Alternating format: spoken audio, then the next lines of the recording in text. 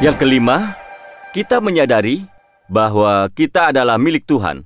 Selama kita hidup di dunia ini, kita harus yakin bahwa kita ini adalah milik Tuhan. Ketika kita menaati firman dan bersekutu dengan Tuhan, kita akan merasa, oh, aku tidak sendirian. Aku bukan yatim piatu. Aku tidak berada dalam kegelapan. Dan aku tidak berdiri sendiri. Aku adalah pemilik Tuhan. Perasaan menjadi milik Tuhan ini semakin jelas. Dan ini akan memberi kita rasa aman yang luar biasa. Alkitab membagi umat manusia menjadi dua kelompok, yaitu orang yang adalah milik Tuhan dan orang yang bukan milik Tuhan. Itu menentukan hidup kita hari ini serta takdir kekal kita di masa depan.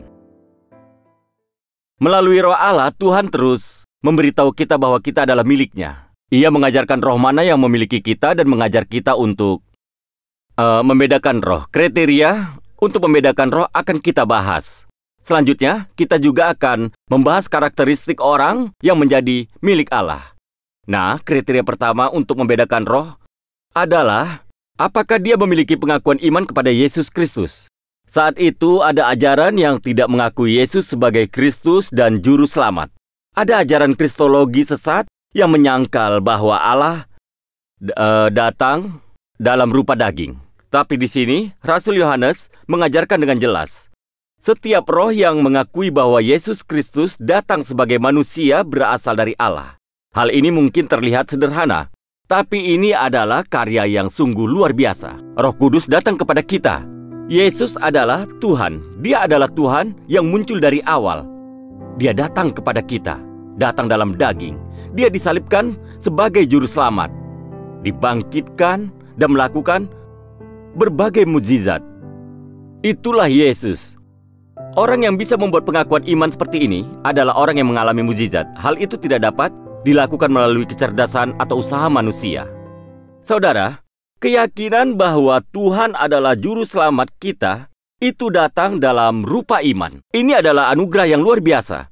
Ada ayat yang terkenal dalam Yohanes 1 ayat 12 dan 13. Tetapi semua orang yang menerimanya diberinya kuasa supaya menjadi anak-anak Allah, yaitu mereka yang percaya dalam namanya. Orang-orang yang diperanakan bukan secara jasmani oleh keinginan seorang laki-laki, melainkan dari Allah. Ini yang dituliskan. Oleh karena itu, saya percaya alasan kita mengakui dan beriman kepada Yesus Kristus sebagai Tuhan dan Juru Selamat adalah karena karya Roh Kudus yang luar biasa di tengah kita, yang mengubah hati dan persepsi kita sehingga pengakuan ini timbul. Pengakuan ini bukan untuk semua orang. Apa yang tertulis di 1 Korintus?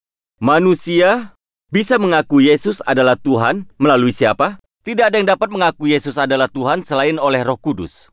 Penguji kedua adalah tanggapan terhadap firman dalam Alkitab. Roh kita bisa menentukan reaksi kita terhadap firman Tuhan. Semua orang bisa memahami cerita yang menarik atau pesan moral. Tetapi saat membahas tentang Yesus Kristus, firman, dan kebenaran, hanya orang yang memiliki Roh Kuduslah yang bisa menanggapi secara aktif dan menerimanya. Dan orang yang tidak memiliki Roh Kudus pasti menanggapinya dengan acuh tak acuh.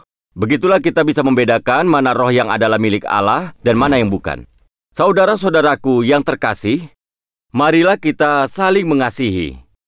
Kasih kembali ditekankan di sini dan bisa menunjukkan milik siapakah kita. Jika kita ini adalah milik Allah melalui kasih-Nya, maka kita pasti belajar dan menerima kasih Allah. Tentu saja kasih itu akan memancar dan ini bukan dari kita. Tetapi itu karena kita adalah milik Tuhan. Kasih dari Tuhan mulai memancar melalui kita. Dan apakah kita sudah menanggapi firman dengan baik? Apakah kita sudah mempraktikkan kasih Tuhan? Apakah kecenderungan itu sudah ada dalam diri kita? Apakah kita memperlakukan orang lain dengan kasih? Dengan inilah kita bisa membedakan roh. Karakteristik keenam adalah tinggal di dalam Tuhan. Persekutuan dengan Tuhan bukanlah hubungan yang terputus-putus, seperti orang yang berpacaran lalu putus begitu saja. Sebelumnya, saya pernah membahas bahwa persekutuan dengan Tuhan terjadi berkelanjutan seperti pasangan suami istri yang menikah dan hidup bersama. Di sini digunakan kata tinggal. Saya menyukai kata tinggal ini, saya suka menulis karakter hanjanya. Artinya adalah hidup dan menetap. hidup di tempat yang ditentukan, bukan hanya sekedar datang, bukan hanya sementara, melainkan menetap di suatu tempat. Kita bisa tinggal di dalam Tuhan melalui persekutuan dengannya. Dan ini adalah hal yang sangat patut kita syukuri. Jika kita tahu bahwa kita tinggal di dalam Tuhan, kita jadi tahu bahwa kita bisa melakukannya dengan kasih. Jika kita saling mengasihi, Tuhan tinggal di dalam kita, karena Allah adalah kasih. Selanjutnya melalui Yesus, kita akan tinggal di dalam Allah. Kita selalu bertemu Tuhan melalui perantaraan Yesus, menjalin hubungan, menjalin persekutuan, dan bahkan tinggal di dalam Tuhan, itu semua melalui Yesus. Barang siapa mengaku bahwa Yesus adalah anak Allah, Allah tetap berada di dalam dia, dan dia di dalam Allah. Jadi mengakui Yesus sebagai anak Allah adalah pengakuan yang luar biasa. Pengakuan ini menentukan perubahan hidup kita, takdir kita, milik siapakah kita, dan di dalam siapakah kita tinggal. Jika kita tinggal di dalam Tuhan, nantinya kita akan tinggal di surga. Tapi saat ini pun, Tuhan mengizinkan kita untuk mengalami sebagian dari surga melalui hadirat Tuhan dan dengan tinggal di dalam Tuhan. Itulah hidup kekal. Terakhir, yang ketujuh, adalah tinggal di dalam kasih. Kita tinggal di dalam kasih yang baru dan menerima kasih Tuhan serta masuk ke dalam hubungan cinta kasih dengan Tuhan. Dengan tinggal di dalam kasih Tuhan, maka kita menjadi berani. Kasih dapat dihubungkan dengan keberanian. Saya memikirkan kedatangan Yesus kembali di akhir zaman.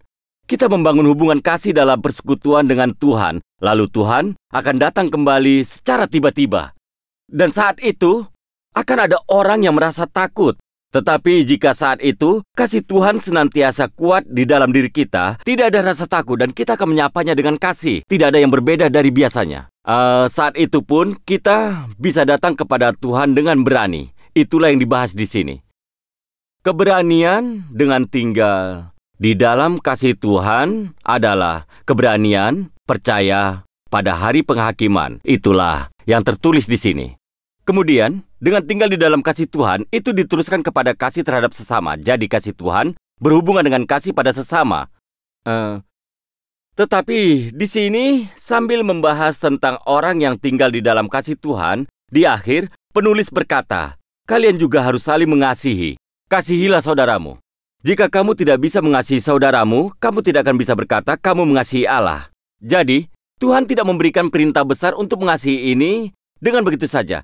Dia memberi perintah ini dengan dasar banyak ajarannya, aspek ketuhanannya, serta perbuatan kasih yang Tuhan Yesus tunjukkan, dan juga salib Yesus yang memancarkan kasih, serta berdasarkan kepenuhan dan kesempurnaan kasih yang Tuhan tunjukkan. Kamu adalah anakku. Jadi kasihilah orang lain seperti aku mengasihi mereka. Firman ini memiliki dasar yang sangat kuat dan kita harus mengingat hal ini. Dan perintah ini kita terima dari Dia. Barang siapa mengasihi Allah, ia juga harus mengasihi saudaranya. Nah, hal ini menjadi penutup yang indah di ayat terakhir pasal 4. Jadi saudara, kasih perlu didekati dengan landasan teologis yang luar biasa. Kasih harus memiliki dasar, bukan sekadar melakukan apa yang kita rasakan. Mengasihi orang yang Allah kasihi juga merupakan ungkapan kasih kepada Allah. Jadi, firman Tuhan hari ini sekali lagi meminta kita untuk mengasihi saudara kita. Sambil menutup sesi hari ini, mari kita lihat poin-poin penerapannya dalam hidup kita. Pertama, apakah 7 ciri ini muncul dalam kehidupan iman kita? Ini harus menjadi karakteristik orang Kristen dan harus menjadi karakteristik gereja. Ini adalah unsur-unsur penting dari iman kita, dan semoga karakteristik ini semakin kuat melalui persekutuan kita dengan Tuhan. Kedua, apa yang lebih penting daripada persekutuan dengan Tuhan dalam iman kita? Nah saudara, mari kita lihat. Semua itu akan terjadi dengan sendirinya setelah kita bersekutu dengan Tuhan. Jadi, kita harus menjadikan persekutuan dengan Tuhan sebagai dasar dalam mengasihi sesama. Karena saudara, seperti yang kita tahu, segala sesuatu yang tidak berasal dari dasar itu, pasti hanya rutinitas agamawi. Saya harap kegiatan keagamaan kita menjadi kuat dan sehat melalui persekutuan yang benar dengan Tuhan. Yang ketiga, perintah Tuhan untuk mengasihi Tuhan dan sesama adalah hukum yang terbesar. Saudara, di sini kita menemukan hal ini sekali lagi, tetapi dengan cara yang berbeda dari sebelumnya. Bukan hanya dikatakan kasihilah sesamamu. Ini adalah perintah terbesar. Tetapi dituliskan, semua alasan mengapa mengasihi adalah hukum terbesar. Dan tidak ada yang lebih penting dan bernilai daripada kasih. Saya rasa pendekatan seperti itu dapat memberi kita stimulasi dan tantangan untuk melakukan perbuatan kasih. Nah, sampai di sini sesi hari ini. Selanjutnya, kita akan membahas 1 Yohanes pasal 5. Pasal 5 akan membahas tentang hasil dari persekutuan. Setelah itu, kita nanti akan lanjutkan kedua dan ketiga Yohanes, serta kitab Yudas. Sampai jumpa di sesi selanjutnya. Terima kasih.